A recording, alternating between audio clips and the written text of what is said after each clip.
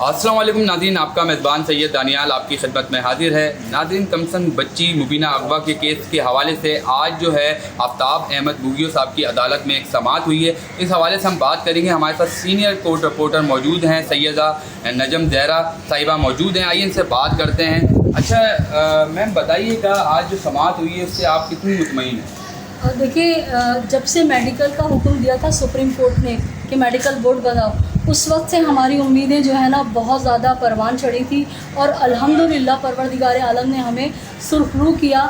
Medical board बना, उसके बाद उस मेडिकल को तस्लीम किया गया। फिर आफ्ताब अहमद बुगियो साहब ने अपनी जजमेंट में लिखा कि ये बच्ची माइनर है, ये बच्ची मगविया है। मतलब जज अगर लिख देना तो उसकी बड़ी वैल्यू होती है। और उन्होंने ये भी कहा कि ये जो घिनौना फेल किया जा रहा है, माशरे को बर्बाद किया जा रहा है, ये इस पे जो है तंबी होनी चाहिए। कोई महल्ले का मामूली सा जो आ जाते हैं दूसरी जगहों से आके ऊंची शलवारें बांध लेते हैं और मौलवी बन जाते हैं, और वो जो निकाह नहीं पढ़ा सकेगा। इवन कि अदालतों में जो वकील थे भागे हुए बच्चों की जो है वो निकाह शादियाँ करा देते थे, अब ऐसा नहीं होगा। पहले पूरी FRC चेक होगी, बच्चों के जो डॉक्यूमेंट्स है वो चेक होंगे, नादरा का NIC चेक होगा।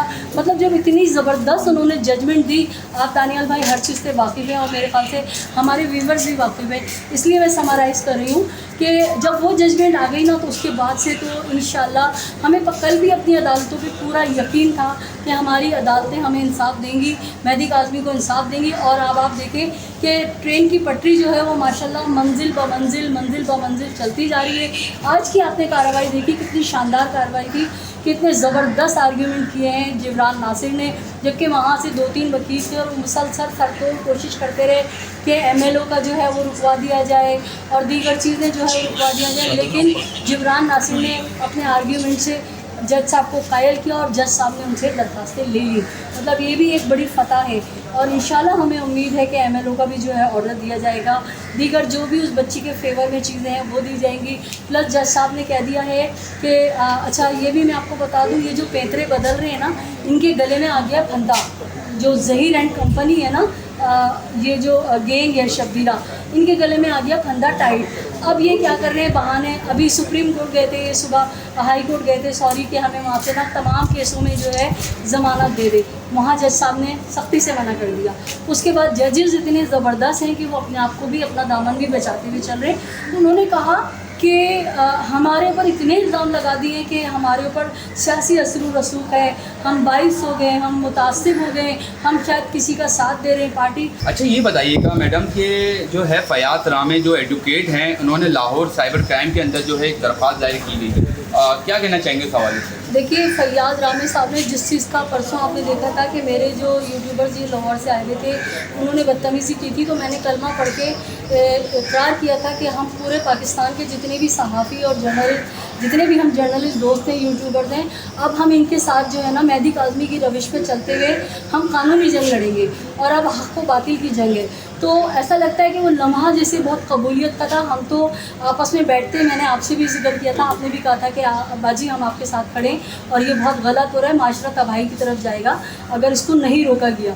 तो हमारे यहाँ पे जितने मौजूद थे सब ने उसको कहा था कि बिल्कुल दरख्वास्त लिखेंगे, लेकिन ऐसा लग रहा है वो लम्हा कबूलियत का था। मैंने यहाँ बोला है कलमा पढ़ के, और अगले दिन फैयाज रामे साहब ने PTA में और FIA साइबर क्राइम में और FIA 3 मुक़्तदर इदारे हैं पाकिस्तान की रियासत के, उनमें जो है वो दरख्वास्त दायर की है और उसमें उन्होंने बताया है कि बरमला बेबागे दहल यूट्यूब पे बैठ के फ़िरका वरायत फैलाई जा रही है, आवाम को लड़वाने की कोशिशें की जा रही हैं, तासुब फैलाया जा रहा है। जबकि मैं आपको बताऊं कि जब ये हम और आप मिलके यूट्यूब को भी ये सारी चीज़ें भेजेंगे तो यूट्यूब की भी पॉलिसी है कि वो उस चैनल को सिरे से उड़ा देता है।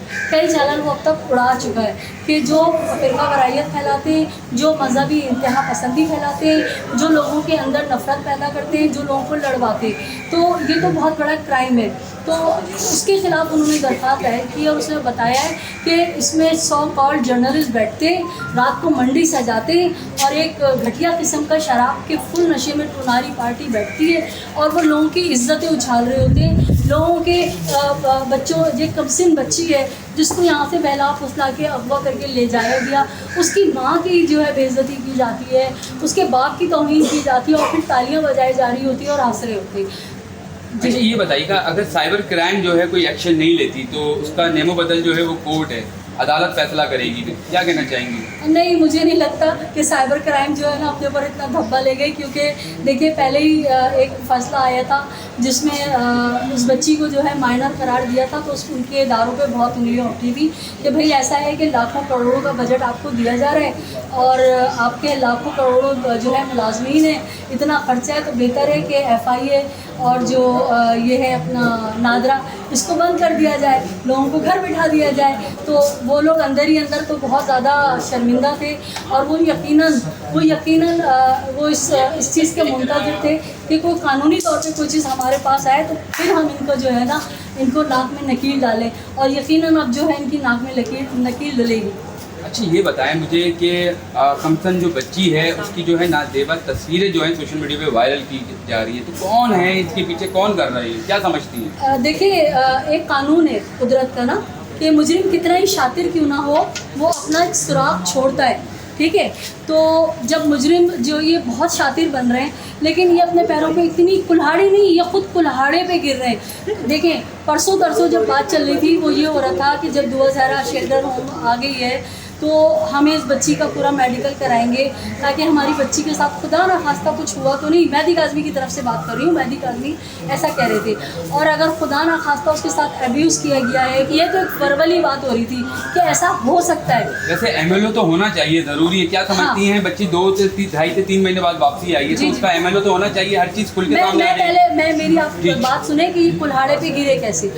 तो हुआ सीन ये कि मेहदी काज़मी तो सिर्फ देखें हवाओं में बात कर रहे थे, उस वक्त उन्होंने रिटर्न में कोई दरख्वास्त नहीं दी थी कि ऐसा होना चाहिए, मगर मुजरिम है ना गलतियां करते। कल इन्होंने क्या किया, वो जो एक अजीब सी शक्ल वाली खातून है जिसके बारे में लोग बता रहे कि वो पीछे से क्या है, उसने बैठ के और उसके साथ जो अजीब किस्म की शक्लों के लोग होते उन्होंने अपने चैनलों पे उस बच्ची की जो है वो तस्वीरें बड़ी नाजेबा वो तस्वीरें वायरल की और बड़े फ़ख्र से कह रहे हैं कि हमने ये तस्वीरें डाली हैं और हम कराची आए थे तो अपने मकसद में कामयाब हो गए।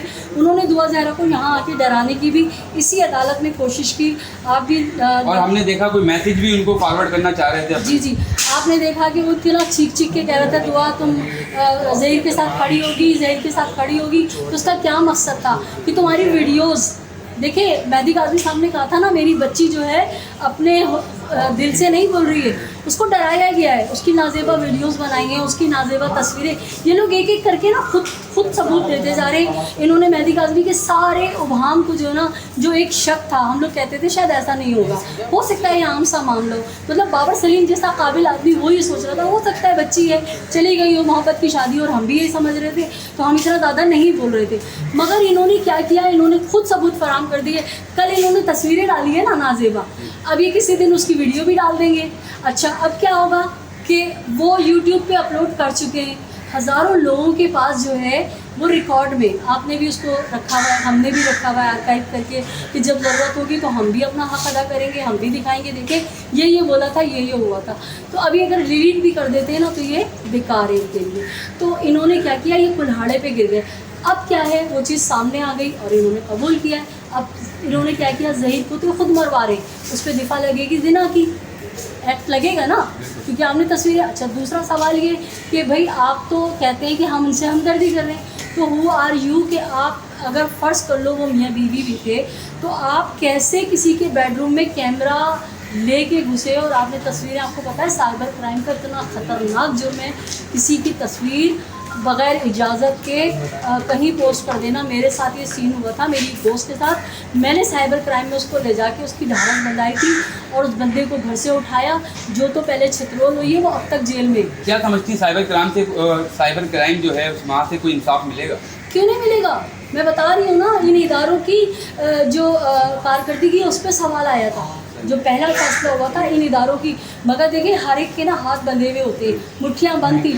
अब जब ये रामी साहब ने दरख्वास्त दे दी है ना, अब आप देखिएगा दम दमादम मस्त कलंदर ना हो तो बोलिएगा मुझे अपने इदारों पे भी फ़ख्र है, मुझे अपनी अदलिया पे भी नाज है। इंशाल्लाह देर आएगा लेकिन दुरुस्त फैसला आएगा और मेहदी काज़मी को इंसाफ मिलेगा। बहुत शुक्रिया। ये हमारे साथ जो है सीनियर कोर्ट रिपोर्टर सैयदा नजम ज़हरा मौजूद थी और कमसन बच्ची की जो अब तक की जो पेशरफ्त हुई है उस हवाले से आपको अपडेट कर रही थी।